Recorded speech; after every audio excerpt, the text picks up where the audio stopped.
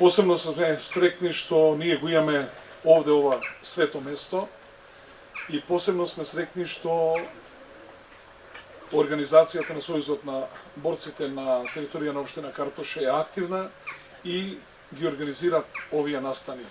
Со посебно задоволство можам да констатирам дека ваквите наши почитувања кон традициите на народно-ослободителната војна ги пренесуваме и на младите генерации, што значи дека овој оган, овој пламен, кој што бил запален на 22 август 1941 година, никогаш нема да изгасне. Тоа значи дека нашите млади генерации ќе продолжат да ги негуваат овие традиции и исклучителна почит кон сите овие луѓе што се одважиле 1941 година да земат пушка и да се борат против окупаторот. Не било воопшто лесно, не било воопшто едноставно да се оди во војна против организирана армија, како што била бугарската и германската армија, но ништо не е посилно од идејата, ништо не е посилно од вербата, ништо не е посилно од исконската желба човекот да биде слободен. Нема такви пранги, нема такви окови кои што можат да издржат кога некој има верба во себе. На денешниот ден се потсетувам 2000 година кога станав градоначалник, каде ја најдов бистата на нашиот народен херој Вера Цирвили Трена во тоалет.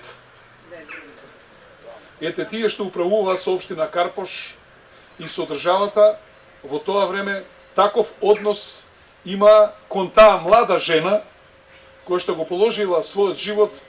за да денеска ние седиме во овие фотели и да изиграваме владетели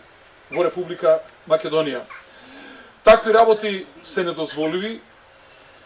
Најенергично сите ние треба да им се спротивставиме на сите обиди за минимизирање на придобивките од народно-ослободителната војна и на жртвите кои што ги дале овие млади луѓе за да ние ја имаме слободата и да имаме македонска